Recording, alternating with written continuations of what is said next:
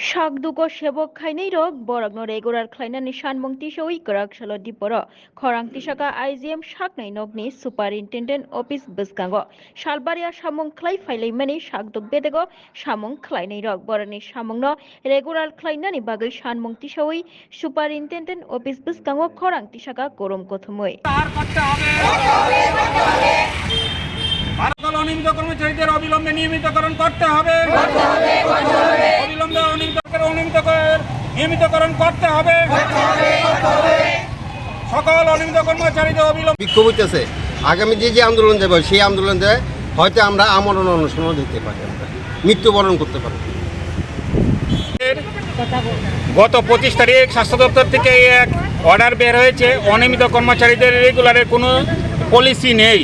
আজকে আমার মূলত এই অর্ডারের বিরুদ্ধে আমরা প্রতিবাদ জানিয়ে আজকে বিক্ষোভ সমাবেশ আমরা করছি। আপনাদের ডিমান্ডটা কি কারণে? ডিমান্ড আমাদের ডিমান্ড বহুদিনেরই। আমরা রাজ্য সরকারের কাছে বহুবার আমরা আবেদন করে আসছিলাম যে আমাদেরকে নিয়মিত করার জন্য।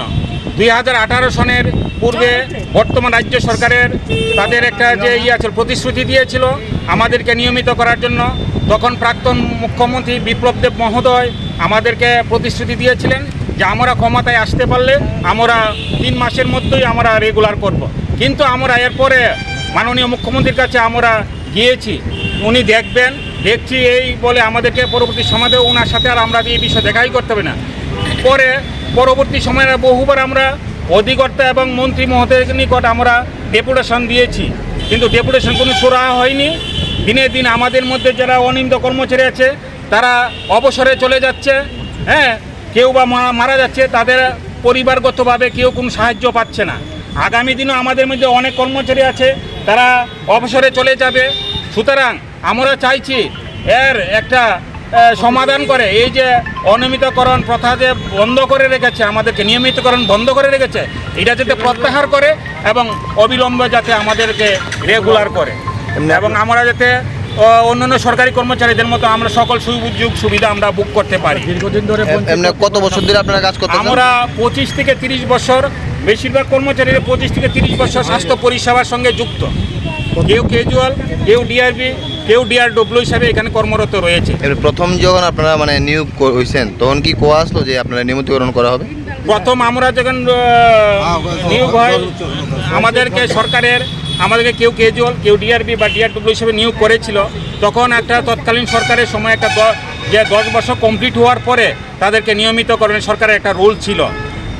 এরপর বর্তমান সরকার ক্ষমতা আসার আগে বলছিল আমাদেরকে নিয়মিতকরণ করবে, তো দেখা গেল কি তা বর্তমান সরকার আসার 4 মাসের মধ্যেই নিয়মিতকরণ যে 10 বছরের যে রুল ছিল সেটারে বন্ধ করে দিয়েছে এবং বলেছিল যে এটা রিভিউ করবে, কিন্তু রিভিউ করতে হবে তাদের 7 বছর চলে গেছে।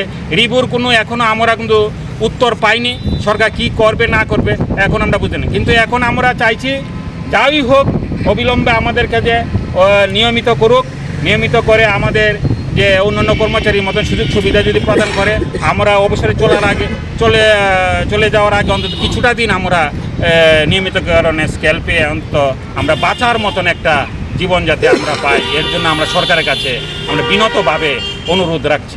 কতজন রয়েছেন আমরা স্বাস্থ্য দপ্তরে 950 জনের মতন আমরা অনিয়মিত কর্মচারী রয়েছি। আপনার নাম? আমার নাম রতন দেবনাথ, অনিয়মিত কর্মচারী আর স্বাস্থ্য বিভাগে অনিয়মিত কর্মচারী বৃন্দের আমি সম্পাদক।